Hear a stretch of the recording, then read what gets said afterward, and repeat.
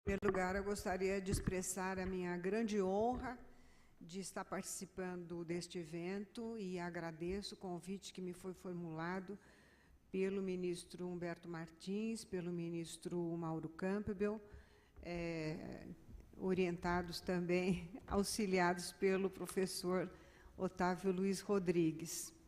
E eu gostaria também de dirigir uma saudação a todos os presentes que aqui vieram, deixando seus afazeres para participar deste evento. Gostaria também de dirigir uma saudação a todos os integrantes desta mesa, da qual tenho a honra de fazer parte, ministro Rogério Favretto, que é o presidente da mesa, ministro Napoleão Nunes Maia Filho, cumprimentando pela brilhante participação e agradecendo as palavras generosas que dirigiu a meu respeito, e os livros que eu vou ler não ficarão só como enfeite, porque acho que livro não é enfeite, nós gostamos de ler livros.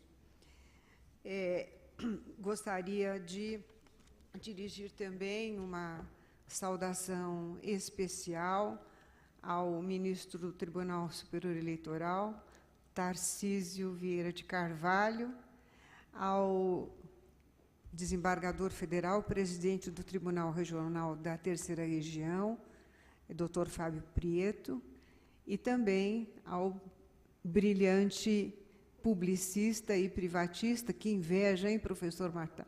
Transita nas duas áreas, professor Marçal Justen Filho. O tema da corrupção é um tema, vamos dizer assim, permanente, mas eu acredito que vem tendo um crescente interesse aqui no Brasil. Então, nós assistimos às manifestações de junho do ano passado, que tinham como denominador comum o repúdio à corrupção e improbidade. Há 10 dias atrás, houve um programa na TV Cultura, de meia hora, dedicado ao tema da corrupção, em diferentes subtemas. Eu fui convidada a participar com o integrante do Ministério Público de São Paulo. Houve um evento, também no dia 12 de agosto, último, em São Paulo, chamado Não Aceito Corrupção. E nós temos também a lei da ficha limpa, que agora está em pleno vigor, e nós ouvimos todo dia notícias de candidaturas barradas com base na lei da ficha limpa, que foi resultado de iniciativa popular, com mais de 1 milhão de assinaturas, o que significa também um repúdio da sociedade à corrupção e improbidade. Daí a oportunidade deste evento e a atualidade deste evento. E é claro que a lei de improbidade é uma lei que tem aspectos polêmicos, como foi muito bem assinalado pelo ministro Napoleão, mas ela existe, né?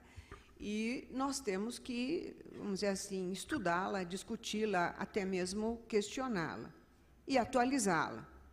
E esse tema, o tema desse painel, diz respeito, então, à parte da lei denominada dos atos de improbidade administrativa que atentam contra os princípios da administração.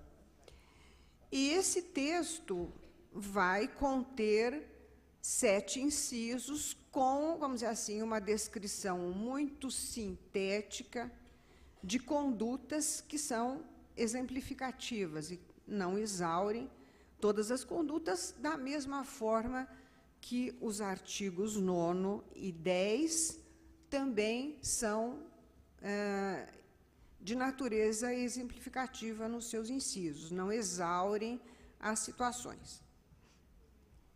Então, eu acho que aí nós vamos ter um primeiro ponto de questionamento, que seria o sentido literal do caput do artigo 11, numa acepção reducionista, porque não menciona todos os princípios da administração, quer dizer, os princípios gerais da administração e não princípios específicos. Então, não menciona todos, embora o título da seção não faça nenhuma restrição. Atos de improbidade que atentam contra os princípios da administração pública. E também existe uma certa confusão no caput entre princípio e dever de lealdade, por exemplo, que é colocado como dever, mas não é mencionado como princípio, dever de lealdade funcional. Então, ao se consultar a literatura da matéria, nós vamos verificar uma oscilação em relação à abrangência do artigo 11. Alguns mencionam somente os princípios constitucionais do artigo 37, caput. Outros buscam extrair do princípio da legalidade mais princípios. E outros autores aí encontram referência a todos os princípios norteadores da administração pública, não só os constitucionais. Bom, a meu ver, me parece que, pelo título, aqui há uma referência a todos os princípios genéricos da administração e não princípios de figuras jurídicas. Bom, aí o ministro Napoleão pode ficar muito bravo comigo pelo caráter, vamos dizer assim, vago, não é, dos princípios. O princípio tem um caráter vago, às vezes é muito difícil até conceituar um princípio. Mas eu acho que quem está lidando com direito, ministros, me perdoe fazer essa observação, nós lidamos com direito, nós lidamos com fórmulas vagas e os chamados conceitos indeterminados. Para mim, não é o conceito que é indeterminado, é o número de situações alcançadas pelo conceito. Nós lidamos com isso, é o nosso trabalho. Nós lidamos com dificuldades de interpretação, às vezes textos mal elaborados, que admitem várias interpretações. É o nosso trabalho, o trabalho dos profissionais do direito, em todas as áreas. Então, quais seriam aí os parâmetros para nós verificarmos se realmente o texto abrange todos os princípios? Primeiro, os princípios do caput do artigo 37, é claro. Já é um parâmetro. Segundo, o princípio da igualdade, que não está no artigo 37, mas está lá no artigo 5º, né, no caput do artigo 5º, e que vai reger algumas condutas e alguns atos que estão mencionados nos incisos. Um outro parâmetro está na Lei de Processo Administrativo Federal, a 9.784, que arrola os princípios norteadores da administração pública. Então, aí já está o princípio da eficiência, ministro Napoleão. Estão, além dos princípios do caput da Constituição, estão outros. Motivação, finalidade, razoabilidade, proporcionalidade, interesse público, que também vão permear algumas figuras que estão nos incisos, isoladamente ou junto 2 ou 3 princípios. E também surge a questão do caráter menos analíticos dos incisos. Então, os artigos 9 e 10 da Lei de Improbidade descrevem atos de modo analítico. O artigo 11 traz, vamos dizer assim, além da cláusula geral, atentar contra os princípios da administração, especifica algumas condutas, mas também de maneira não analítica, de maneira muito sintética. E aí vem estudiosos da matéria colocar vantagens e desvantagens para estas fórmulas menos rígidas, vamos dizer assim.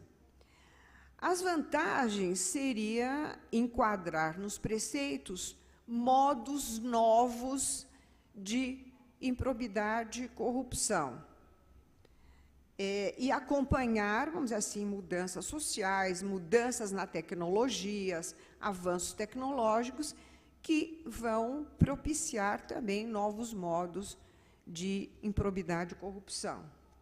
As desvantagens seria o que foi muito bem colocado pelo ministro Napoleão. São incertezas, um possível abuso acusatório, injustiças que possam ser praticadas. Então, essas desvantagens vão acarretar a necessidade de requisitos e limites que está no nome, no título deste painel, requisitos e limites. Então, um ponto fixado na caracterização desses atos, enquadráveis no artigo 11, está no entendimento pacífico aqui do STJ, que não é necessário haver dano ao erário ou enriquecimento ilícito. Não concorda com esta linha o ministro Napoleão, mas é uma linha que foi fixada aqui, que não há necessidade de haver dano ao erário. Porque, às vezes, o dano pode ser de outro tipo, mas não necessariamente de caráter financeiro, ou enriquecimento ilícito de alguém, mas pode haver um enriquecimento ilícito de outrem, não é? Ou um favorecimento de outrem que não seja traduzido em enriquecimento. Bom, qualquer violação aos princípios caracteriza a improbidade. Então, nós já temos aqui também uma decisão de que foi relator o ministro Luiz Fux, de que é necessário haver má-fé, desonestidade, má intenção do administrador, para poder se caracterizar uma conduta como sendo de improbidade, porque há muitas condutas que são similares a atos previstos na lei e que podem ser sancionados por outros textos, como ontem mencionou o ministro Teori. Um outro requisito também que está aqui,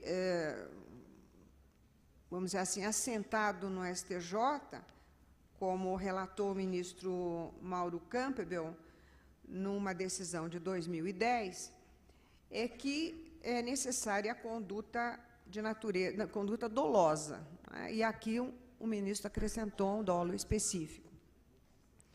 Vamos dizer assim, não se admitindo uma responsabilidade objetiva, portanto, é necessário haver a demonstração do dolo, não só um vínculo de dano, causalidade e dano e atuação ou omissão, e que a modalidade culposa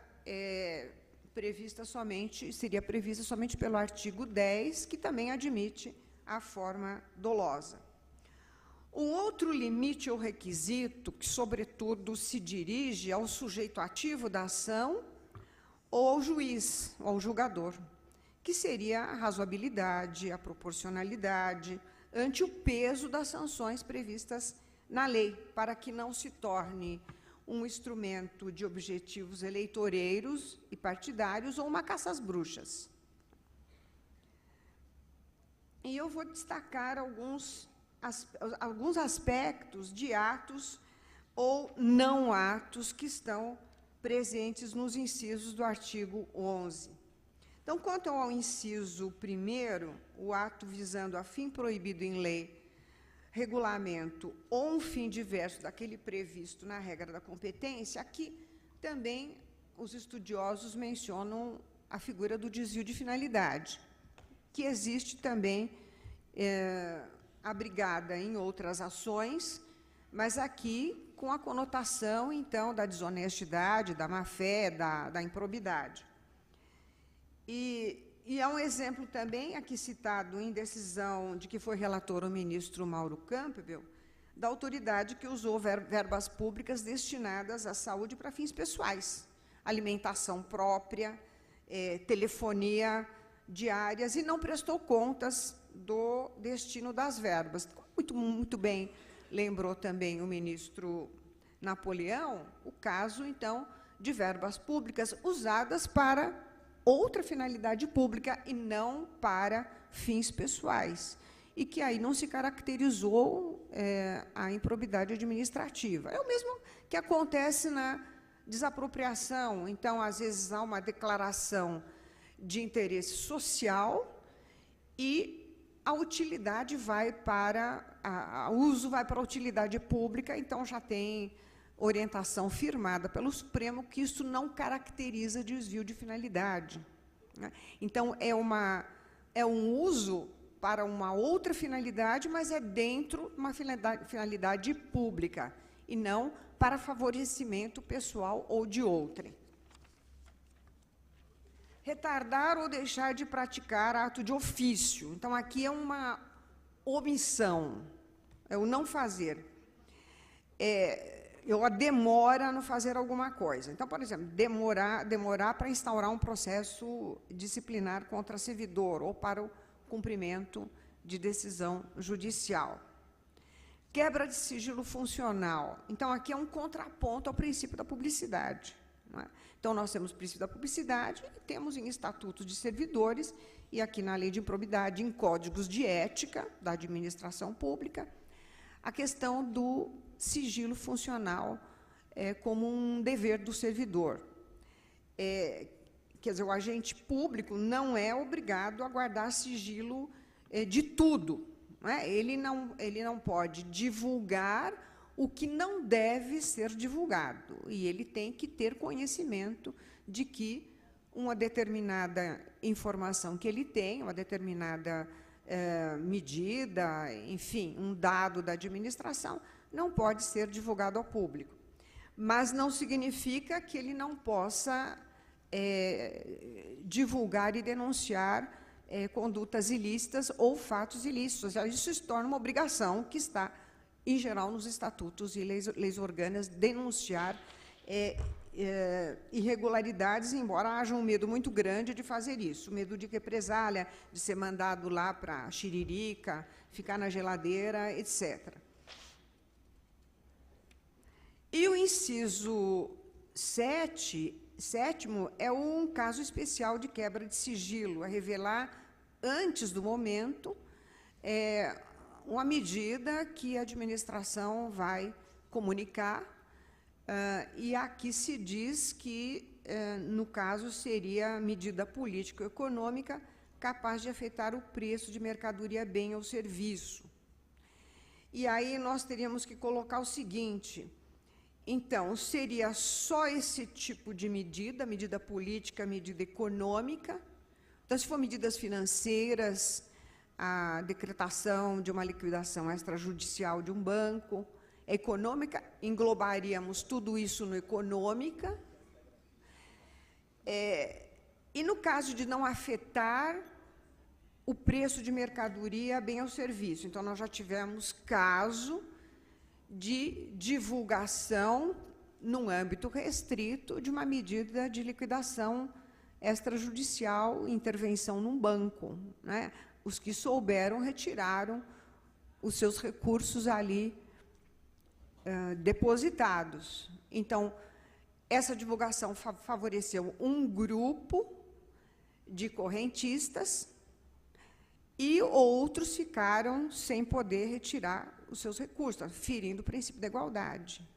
Então, aqui não há um resultado, um efeito num preço do meio mercadoria, mas há, vamos dizer assim, uma lesão ao princípio da igualdade. Então, isto nós poderíamos enquadrar ou não neste preceito. Eu acho que podemos, com base no princípio da igualdade.